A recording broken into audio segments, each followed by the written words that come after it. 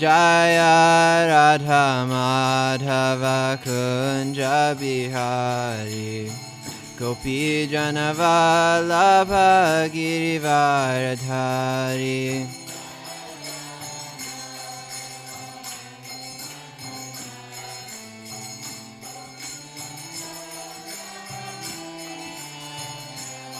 Jaya Radha Madhava Kunja Bihari Gopi Janavalabha Girivaradhari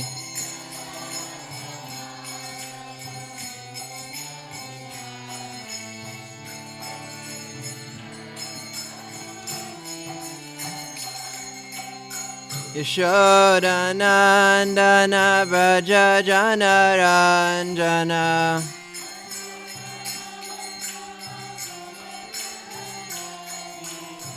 Yashoda Nandana Braja Janaranjana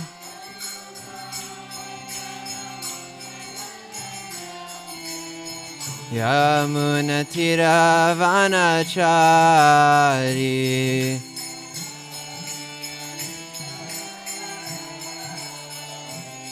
Yamunatira Vanachari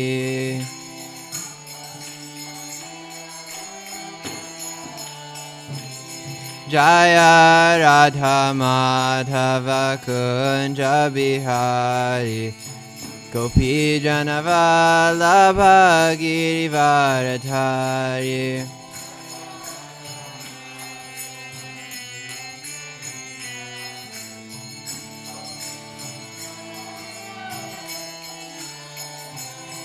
Hare Krishna, Hare Krishna, Krishna Krishna, Hare Hare, Hare Rama, Hare Rama, Rama Rama, Hare Hare, Hare Krishna.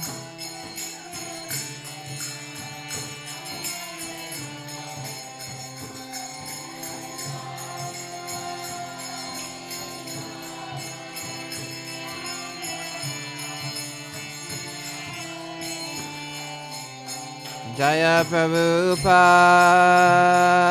Prabhupada, Prabhupada, Jaya Prabhupada.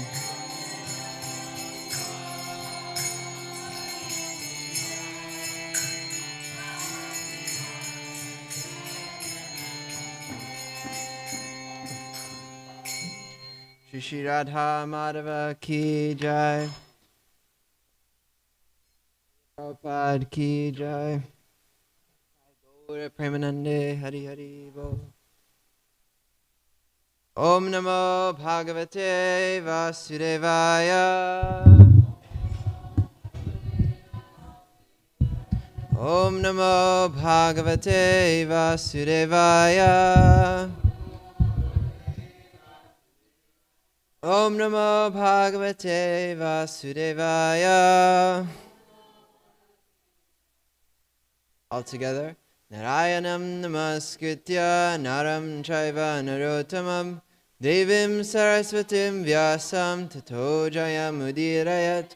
Before reciting the Srimad Bhagavatam, which is the very means of conquest, one should offer respectful obeisances unto the personality Godhead Narayan, unto Narayan Rishi, the supermost human being, unto Mother Saraswati, the goddess of learning, and unto Srila Vyasadeva, the author. Nashta prayeshu bhadreshu nityam bhagavata sevaya bhagavati uttama shloke bhaktir bhavati naishtiki. By regular attendance in classes on the Bhagavatam and by rendering of service to the pure devotee, all that is troublesome to the heart is almost completely destroyed, and loving service of personality Godhead is praise of transcendental songs. Om Jnana Timirandhasya Jnananjana Shalakaya Chakshun Militam Yena Tasmai Shri Gurave Namaha. I was born in the darkest of ignorance, and my spiritual master opened my eyes with the torchlight of knowledge. I offer my respectful obeisances unto him. Praying for the mercy of my spiritual master and all the Vaishnavas, Vanchakalpa Tubhyascha Kripa Sindhubhyeva Cha Pritanam Pavanebhyo Vaishnavebhyo Namo Namaha. So today we are covering 57 verses in the Bhagavatam. We're doing this whole chapter, which is kind of a lot. This chapter is the battle between the demigods and the demons. And so I think we can pass around the mic and everyone can read 5 verses. That way it doesn't take so long.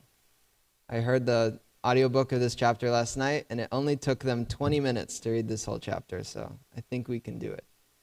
And there's only 3 purports, and I think we can read all 3 of those purports because they're very short in this chapter. Does anyone have the microphone? Yoshinav, could you get the microphone? So, let's see. We were hearing last time about the incarnation of Mohini Murti and that pastime with Rahu and the churning of the milk ocean. So this is the aftermath of that. Yoshinav, could you read these texts? Or Mishra Wempu?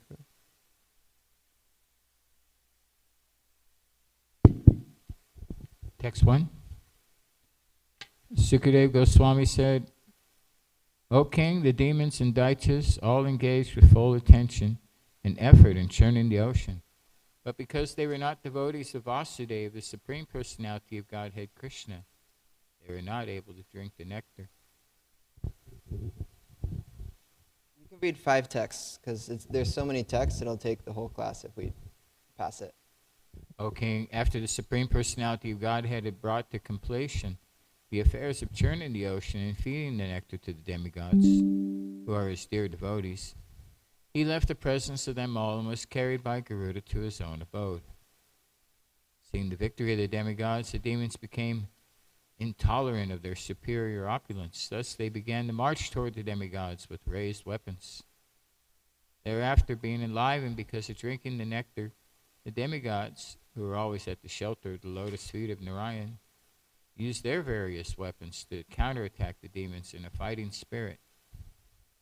O king, a fierce battle on the beach of the ocean of milk ensued between the demigods and the demons. The fighting was so terrible that simply hearing about it would make the hair on one's body stand on end. Jai, thank you. You can pass it to the next devotee. And this section, it's one of my favorite sections, kind of for a strange reason, but it's so cool. We're going to hear a description of, personally, one of my, it's just a very cool scene that happens. We have the demigods and the demons, and they're riding on all these kinds of animals. We're going to read about all of that. And they're fighting on the shore of the ocean of milk.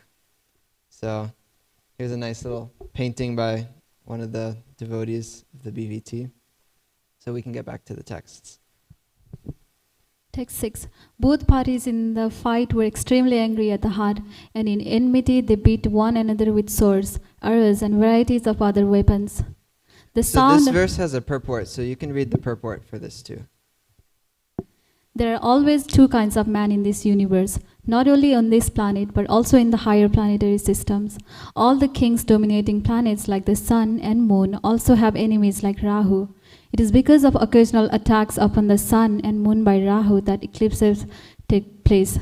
The fighting between the demons and demigods is perpetual. It cannot be stopped unless an intelligent person from both sides take to Krishna consciousness. Jai. The fighting between demigods and demons is perpetual. It cannot be stopped unless both sides take to Krishna consciousness. We'll talk a little more about that. Please continue. The sounds of the conchs, bugles, drums, varis, and tamaris, kettle drums, as well as the sound made by the elephants, horses, and soldiers who were both on chariots and on foot were tumultuous.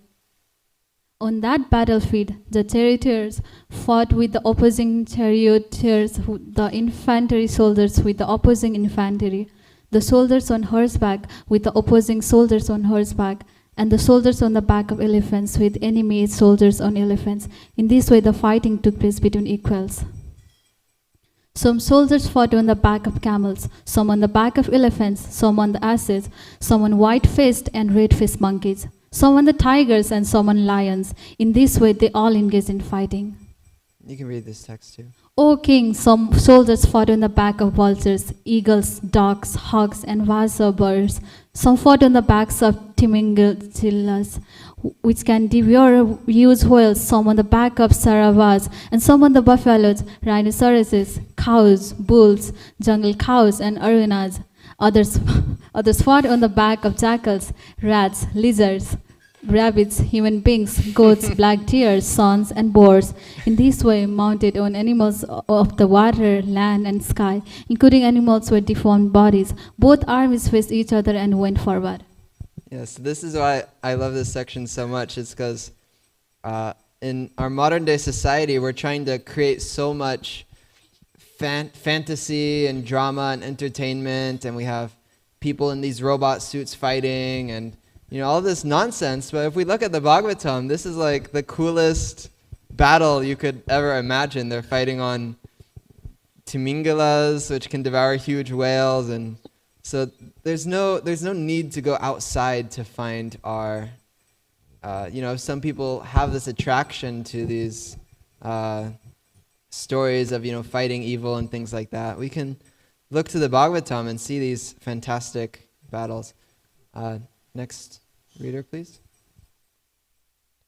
O king, O descendant of Maharaj Pandu, the soldier of both demigods and demons, but decorated by canopies, colorful flags and umbrellas with handles made of valuable jewels and pearls. They were further decorated by fans made of peacock feathers and by other fans also. The soldiers, their upper and lower garments waving in the breeze naturally, looking very beautiful, and in the light of the glittering sunshine, their shields, ornament, and sharp, clean weapons appeared dazzling. Thus the ranks of soldiers seemed like two oceans with bands of aquatics. Right, thank you. For that battle, the most celebrated commander-in-chief, Maharaj Bali, son of Virochana, was seated on a wonderful airplane named Vaiha Yasa. O king, this beautifully decorated airplane had been manufactured by the demon Maya and was equipped with weapons for all types of combat. It was inconceivable and indescribable. Indeed, it was sometimes visible and sometimes not. Seated in this airplane under a beautiful protective umbrella and being fanned by the best of chamaras, Maharaj Bali, surrounded by his captains and commanders, appears just like the moon rising in the evening, illuminating all directions. Jai. This is such a wonderful description. It's Maharaj Bali is like he's like a supervillain, and he has such a wonderful airplane.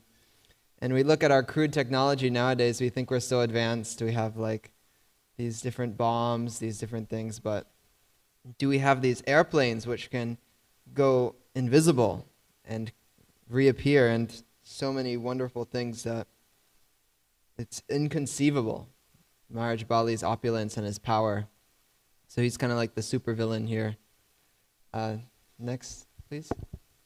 Surrounding Maharaj Bali on all sides were the commanders and captains of the demons, sitting on their respective chariots.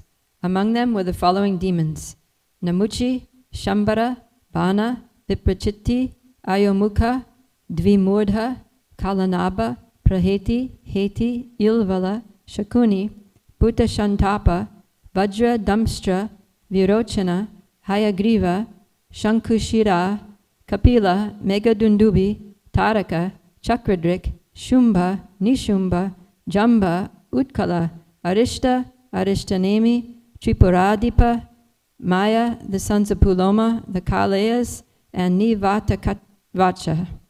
All of these demons had been deprived of their share of the nectar and had shared merely in the labor of churning the ocean.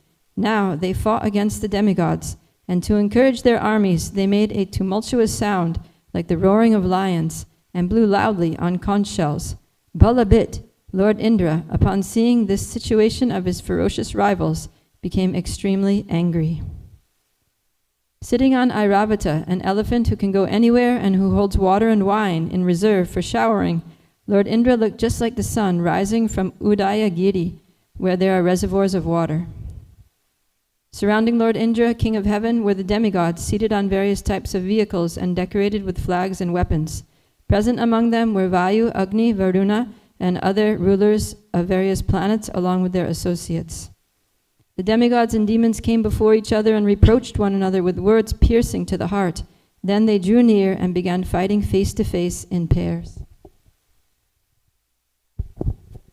O king, Marajbali fought with Indra, Kartikeya, and Taraka, Varuna with Heti, and Mitra with Praheti. Yamaraj fought with Kalanaba, Vishvakarma, with Maya Danava, Twasta, and Shambhara, and the sun god with Virochana. The demigod Aparajita fought with Namuchi, and two Ashwini Kumara brothers fought with Vrishaparva. The sun god fought with 100 sons of Maharaj Bali, headed by Bana. The moon god fought with Brahu. The demigod controlling air fought with Puloma. And Shumba and Nishumba fought the supremely powerful material energy Durga Devi, who is called Badrakali. Wow. O Maharaj Parikshit, suppressor of enemies, Arindama, Lord Shiva fought with Jamba, and Vibhavasu fought with Mahisasura. Ilvala, along with his brother Vatapi, fought the sons of Lord Brahma. Durmarsa fought with Cupid. The demon Utkala with the Matrika demigoddesses. Brihaspati with Shukracharya, and Shaneshwara Saturn with Narakasura. The Maruts fought Nivatavakacha. The Vasus fought with Kalakaya demons. The Vishvadeva demon fought with Puloma demons, and the Rudras fought with Krodavasha demons, who fought their victims of anger.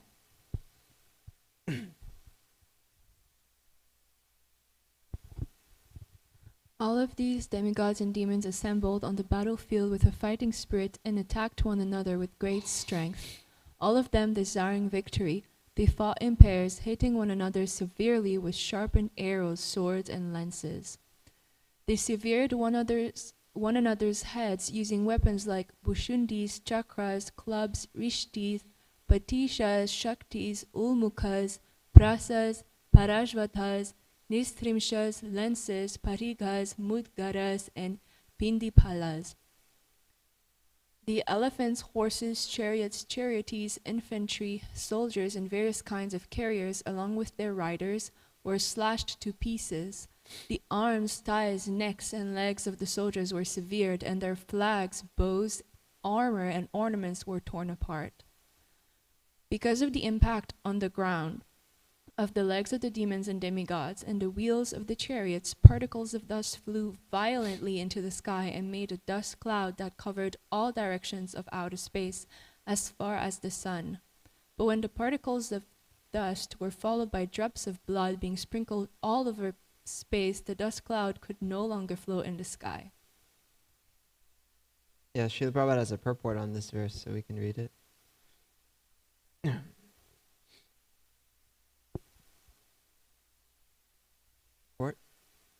The cloud of dust covered the entire horizon, but when drops of blood sprayed up as far as the sun, the dust cloud could no longer float in the sky. A point to be observed here is that although the blood is stated to have reached the sun, it is not said to have reached the moon. Apparently, therefore, as stated elsewhere in Srimad Bhagavatam, the sun, not the moon, is the planet nearest the earth. We have already discussed this point in many places. The sun is first, then the moon, then Mars, Jupiter, and so on. The sun is supposed to be, can someone say the number? 93 million. miles above the surface of the earth, and from Srimad Bhagavatam we understand that the moon is miles above the sun. Therefore, the distance between the earth and the moon would be about miles. So if a space capsule were traveling at the speed of 18,000 miles per hour, how could it reach the moon in 4 days? At that speed, going to the moon would take at least 7 months. That a space capsule on a moon excursion has reached the moon in 4 days is therefore impossible. Srila Prabhupada ki jai. What a wonderful purport. Talking about how the blood sprayed up as far as the sun. That's crazy, right? That's quite... that's the scale of this battle, was that the blood sprayed up to the sun. But Srila Prabhupada uses this to make a point that the sun is actually closer than the moon is. So, very interesting. Next verse, please. In the course of the battle, the warfield became strewn with the severed heads of the heroes, their eyes still staring and their teeth still pressed against their lips in anger. Helmets and earrings were scattered from these severed heads. Similarly, many arms decorated with ornaments and clutching various weapons were strewn here and there, as there were many legs and thighs which resembled the trunks of elephants. Many headless trunks were generated on that battlefield. With weapons in their arms, those ghostly trunks, which could see with the eyes in the fallen heads, attacked the enemy soldiers. Yeah, Srila Prabhupada has a purport. I'll just read it quickly. It appears that the heroes who died on the battlefield immediately became ghosts, and although their heads had been severed from their bodies, new trunks were generated. And these new trunks, seeing with the eyes in the severed heads, began to attack the enemy. In other words, many ghosts were generated to join the fight, and thus new trunks appeared on the battlefield. Wow. So Maharaj Bali then attacked Indra with 10 arrows and attacked Airavata, Indra's carrier, with 3 arrows. With 4 arrows, he attacked the 4 horsemen guarding Airavata's legs, and with 1 arrow, he attacked the driver of the elephant. Before Bali Maharaj's arrows could reach him, Indra, the king of heaven, who was expert in dealing with arrows, smiled and counteracted the arrows with arrows of another type known as Bala, which were extremely sharp. When You can Bali read Maharaj, 5. You can read 5. when Bali Maharaj saw the expert activities of Indra, he could not restrain his anger. Thus he took up another weapon known as Shakti, which blazed like a great firebrand. But Indra cut that to pieces while it was still in Bali's hand. Thereafter, one by one, Bali Maharaj used the lance, prasha, tomara, rishtis, and other weapons. But whatever weapons he took up, Indra immediately cut them to pieces. Mighty king, Bali Maharaj then disappeared and resorted to demoniac illusions. A giant mountain generated from illusion and then appeared above the heads of the demigod soldiers. From the mountain fell trees blazing in a forest fire. Chips of stone with sharp edges like pricks also fell and smashed the heads of the demigod soldiers. Scorpions, large snakes, and many other poisonous animals, as well as lions, tigers, boars, and great elephants, all began falling upon demigod soldiers, crushing everything. O my king, many hundreds of male and female carnivorous demons, completely naked and carrying tridents in their hands, then appeared crying slogans, cut them to pieces, pierce them. Can I add one comment to the one about the headless trunks? Sure. If you hear this conversation with Srila Prabhupada in 1974 in Bombay, Mr. Sethi, he was one of like the well-wishers of the devotees in Bombay who was helping protect the temple from the demons like Mr. Nair and others. And he would bring his revolver there and like have some pretty cool standoffs between the demons and the devotees. He was telling Srila Prabhupada that when you hear these descriptions like in the Mahabharata and hear also of the headless trunks running on the battlefield, he thought it was like far out when he first heard these things. But he said he personally saw this in one sort of battle he was in where someone got their head chopped off and kept running for a couple yards before the body fell over. So you can hear him talk about that with Srila Prabhupada. Fierce clouds harassed by strong winds then appeared in the sky. Rumbling very gravely with the sound of thunder, they began to shower live coals. A great devastating fire created by Bali Maharaj began burning all the soldiers of the demigods. This fire, accompanied by blasting winds, seemed as terrible as the Samvartaka fire, which appears at the time of dissolution. Thereafter, whirlpools and sea waves, agitated by fierce blasts of wind, appeared everywhere, before everyone's vision in a furious flood. While this magical atmosphere in the fight was being created by the invisible demons, who were expert in such illusions, the soldiers of the demigods became morose. O king, when the demigods could find no way to counteract the activities of the demons, they wholeheartedly meditated upon the Supreme Personality of Godhead, the creator of the universe, who then immediately appeared.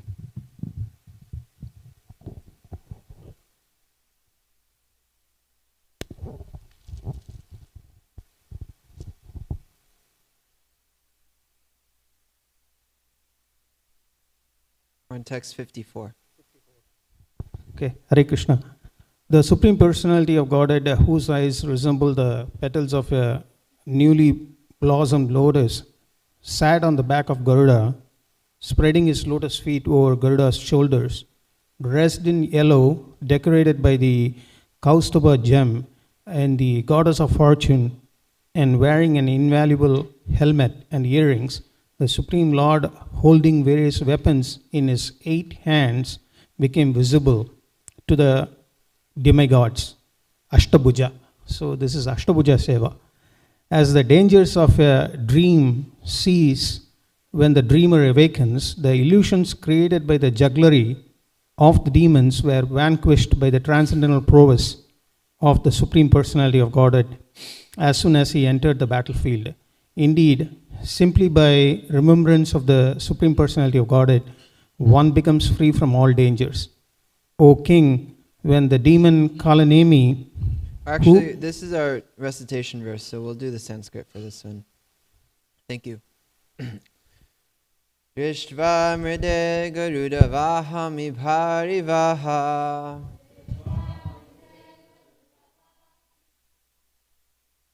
avidya shula mahni ahinod atakala nemi talilaya garuda murdhini patad grihitva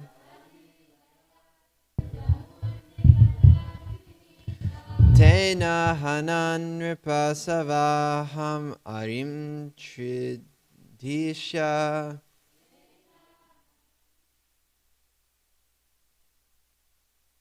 Please recite.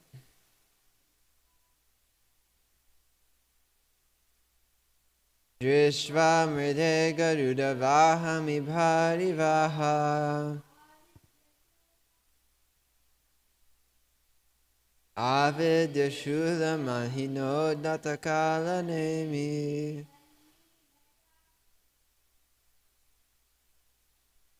Talilaya garuda murni patad grihitva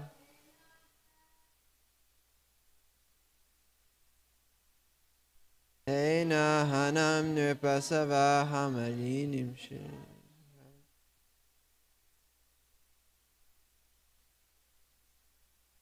Drishva mride garudam vahami bhari vaha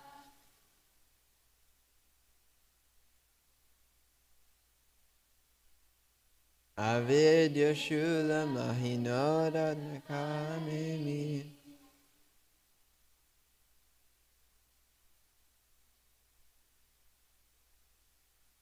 Ilaya garuda murdni patad grihitva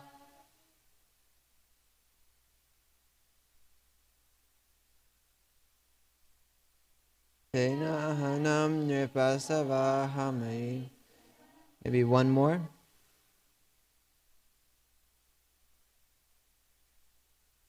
Vishva mride garuda vahami bhari vaha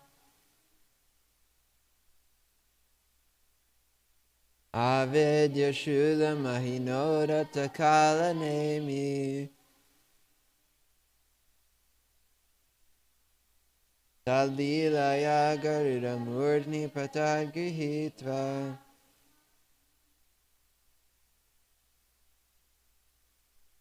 Nahanam Nipasavahamarim. Thank you. So we're quite short on time, so we'll go to the translation. Translation and purport by His Divine Grace, A.C. Bhaktivedanta Swami Srila Prabhupada Ki Jai. O King, when the demon Kalanemi, who was carried by a lion, saw that Supreme Personality of Godhead, carried by Garuda, was on the battlefield, the demon immediately took his trident, whirled it, and discharged it at Garuda's head. The Supreme Personality of Godhead, the Master of the three worlds, immediately caught the trident, and with the very same weapon, he killed the enemy Kalanemi, along with his carrier, the lion. Purport. In this regard, Srila Madhvacharya says, Kalanem yadaya sarve karina nihatapi sukreno jitvita shanta punatenaiva patita. Kalanemi and the other demons were killed by the Supreme Personality of Godhead, Hari. And when Shukracharya, their spiritual master, brought them back to life, they were again killed by the Supreme Personality of Godhead. And now we just have one more text here. I'll just read it quickly. Thereafter, the two very powerful demons named Mali and Sumali were killed by the Supreme Lord, who severed their heads with his disc. Then Malyavan, another demon, attacked the Lord with his sharp club. The demon, who was roaring like a lion, attacked Garuda, the Lord of the birds, who were born from eggs. But the Supreme Personality of Godhead, the original person, used his disc to cut off the head of that enemy also. Thus ends the Bhaktivedanta purports of the 8th canto, 10th chapter of the Srimad Bhagavatam, entitled The Battle Between the Demigods and the Demons. Jai, we did it! So, this is a pastime. I thought it has a similarity to another pastime. Does anyone remember a pastime in which all these demons conjure these horrifying illusions and overwhelm the devotees?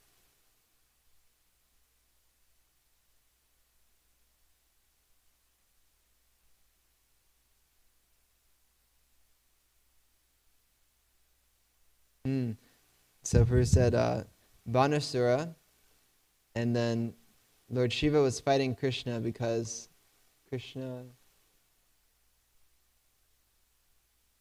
Banasura broke into the ladies' ashram. Okay, Krishna's son Aniruddha.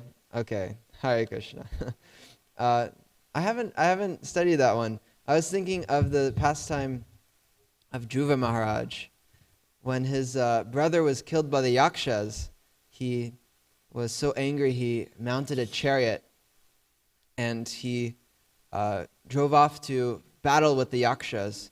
And in the battle, he was killing hundreds of them, thousands of them. And when they started to lose, as demons tend to often do, they started using these illusions, these tricks. And they were very similar to the ones we read here, where gigantic tidal waves and lions and snakes breathing fire and these horrific figures with tridents. And this had overwhelmed Dhruva Maharaj. And he didn't know what to do. Similarly, like the demigods here, when they saw this, they were overwhelmed. And so the brahmanas who had accompanied Dhruva Maharaj to the battle, they told him, remember the Supreme Lord. And so he remembered the Supreme Lord, and immediately all the illusions had dissipated. So similarly in this battle, when the demigods were overwhelmed by the illusions of the demons, they were saved by the Supreme Personality of Godhead. So that's what distinguishes the demigods and the demons, is that in times of trouble, the demigods take shelter of the Supreme Lord. This is a quite common theme we see many times in the Bhagavatam. And it's also meant to be prevalent in our own life, that there will be so many illusions that come up in our life to try to disturb us, to try to thwart us. actually, in our society, you could say everything is so illusory. Many things that, very few things are what they appear to be. There's so much corruption in our society. There's so much falsehood, so much pretending. And as society advances, we're getting more and more illusion. AI is able to create so many wonderful illusions. So we can get distracted. We can get disturbed. We can get overwhelmed by the illusion of the material world. And so we need to, does anyone want to guess what do we need to do? Meditate on the Supreme Lord and surrender to Krishna. Krishna, he says that he will protect us. He will abandon all varieties of religion and just surrender to me. I will relieve you of all sinful reactions. Do not fear. So we don't have to be afraid in this material world when so many obstacles come before us. Yet we do have to keep in mind that, for example, right now, some of us are in our younger years and we feel like we can do anything. We can go here, go there, we can work 10 hours, we can drive, we can, make a living for ourselves, and we can do so much service, and sometimes we can feel like we are the controller, that we are able to save ourselves in a sense. We get this notion that, I can, by the prowess of my own service and my own meditation and things like that, I can save myself from this material world. But Krishna makes that very clear in the Bhagavatam, in the Bhagavad Gita, that this is not the case, that we can save ourselves. He says that this illusory energy, Maya, is difficult to overcome, but those who have surrendered unto me can easily cross beyond it. So back to this point, there will be a time in our lives when we see that everything is changing. That's what the material world is everything changes with time. And so these bodies, which we think are so able now, which can do so much service, and we can play mridanga, and we can dance in kirtan, and we can do so many things with our body, eventually we're going to have a very, if we live to those ages, we'll have a frail body, perhaps, infirm, and we can't rely on these opulences which we once thought we had. And so, similarly, all our family members, they will be gone. All our friends, they will come into our life and they will also leave. We may switch services, we may switch temples, we may switch countries. And so, in the midst of all these changes, we have to remain grounded in our chanting of the holy names. We have to strengthen ourselves internally, because at some point all the externals are going to leave us, and all we will have left is that depth in our chanting that we have. I was thinking of the pastime of Draupadi. She was grabbed and dragged into the assembly, and they tried to tear her clothes off in front of the whole assembly of all the kings and all the warriors. And she was holding on herself. She didn't want to let go, because she still had a tinge of that propensity to defend ourselves, that propensity to think, I will protect myself in this situation. And she was calling out for Krishna, Krishna, help me. Yet it was only once she had let go, Krishna had appeared to protect her.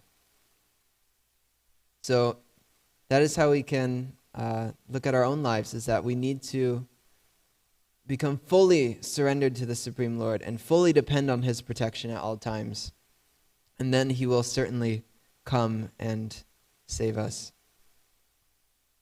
I was hearing from Andrew Peru, he was speaking about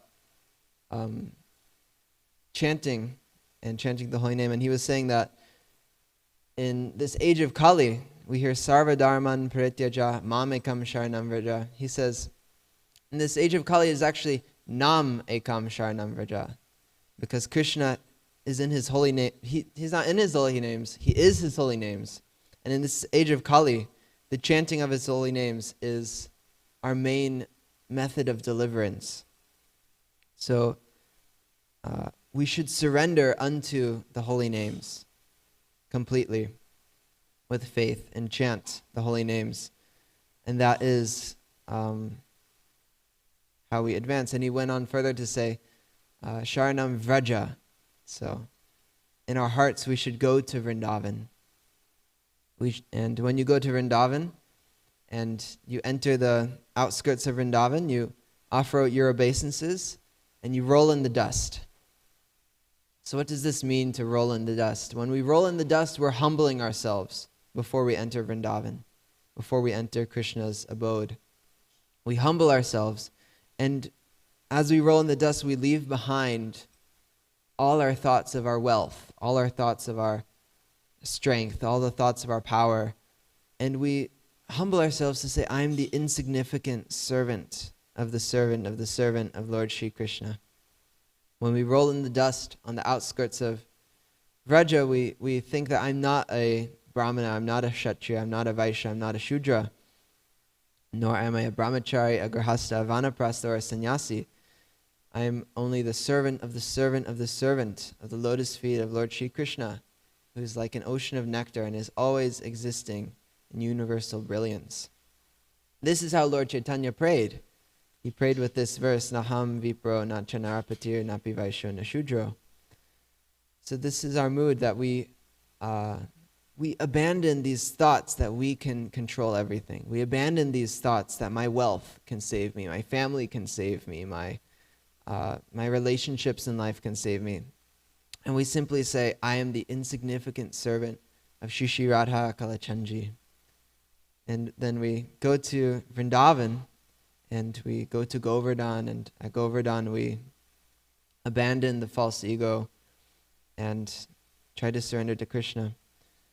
And then we see a few texts after, actually 4 texts after Krishna in the Bhagavad Gita says, abandon everything, surrender unto me. Mamekam Sharanam Vraja.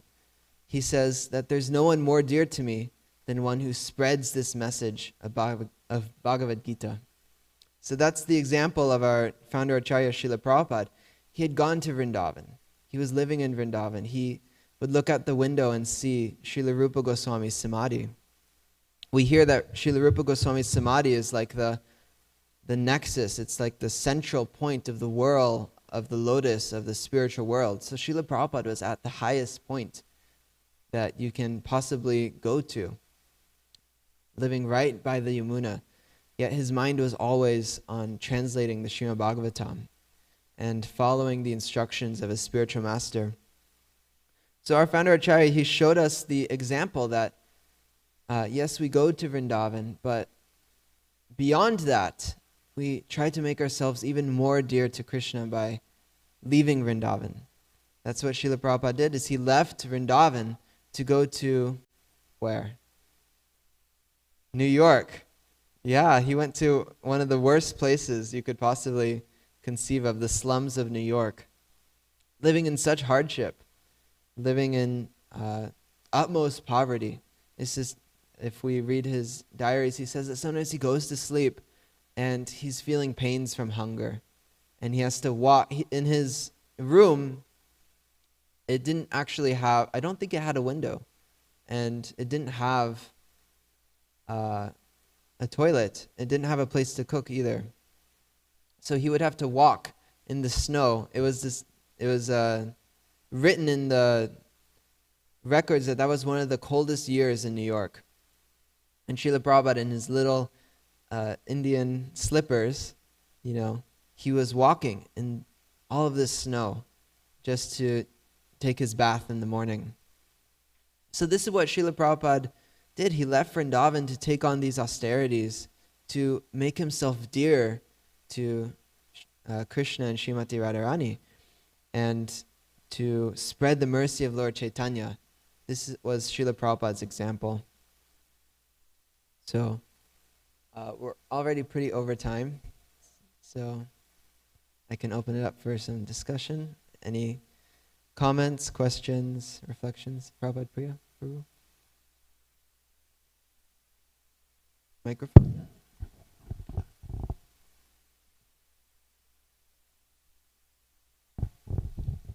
Thank you. Just a really nice class.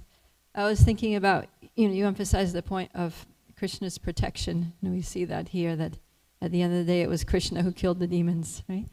So, little part of a verse came to mind that I think it's from Bhakti Rasamrita Sindhu. Rupa Goswami says, Avashya Rakshibe Krishna.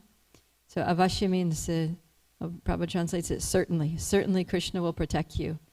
And then I was teaching in Mayapur, Bhakti Shastri, and I had a Bengali woman in my class, and she said, in Bengali, Avashya means obviously. He said, obviously Krishna will protect you.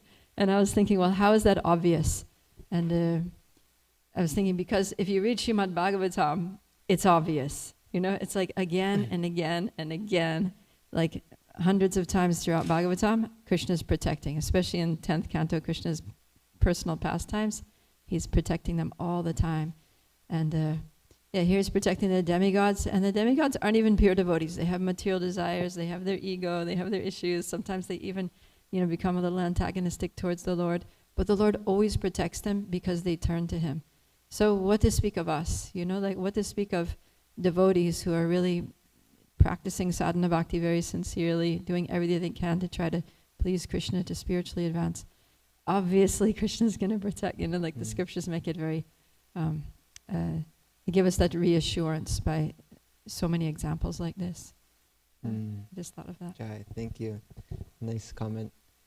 You reminded me, well, first of all, we heard yesterday about how accepting Krishna as our only maintainer is one of the limbs of surrender. And I remember one time, there was some situation in the temple, and sometimes this happens where devotees have some disagreements or something like that. Or even with non-devotees, there might be some envious persons, like we heard about Mr. Nair from Prabhu. And this senior devotee, he told me that he heard from his spiritual master once when he was in kind of a quarrel. He says, it's Krishna and Balaram's job to kill the demons. The devotees don't kill the demons, actually. We leave that to Krishna and Balaram. We simply try to act in our best and most sincere place and leave it to Krishna. If Krishna wants to remove these obstacles, He will. So we can try to remain as humble devotees. We don't have to correct all the problems in ISKCON. We don't have to correct all the devotees. But Krishna is the one who, Krishna sorts out these things. Any other comments, questions? To add something, since I have the mic. I was just, when you said that about the inner demons, lust, anger, greed, and so forth. So in Vrindavan, all the demons that Krishna kills and that Balaram kill represent different anarthas within the heart. And yeah, it's like we don't have the power to remove our anarthas, but Krishna and Balaram do it. So we just have to take shelter of them.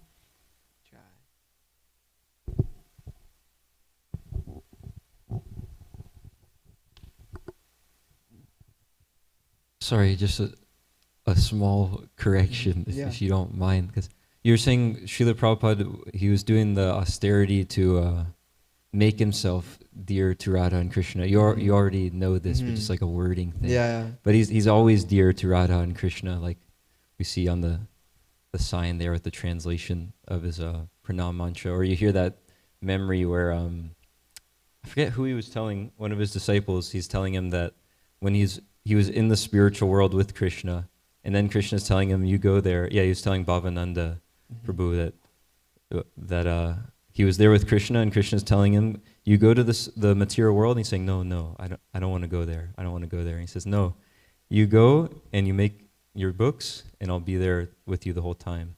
So you already know that, so it's a wording thing. Jai. We also say that Arjuna killed a lot of demons during Bhima, right? So sometimes it's not just Krishna Balaram who killed the demons. Yeah. So devotees also kill the demons. Yeah, sometimes it's our duty to kill the demons under Krishna's order. Yeah, thank you. Any other final?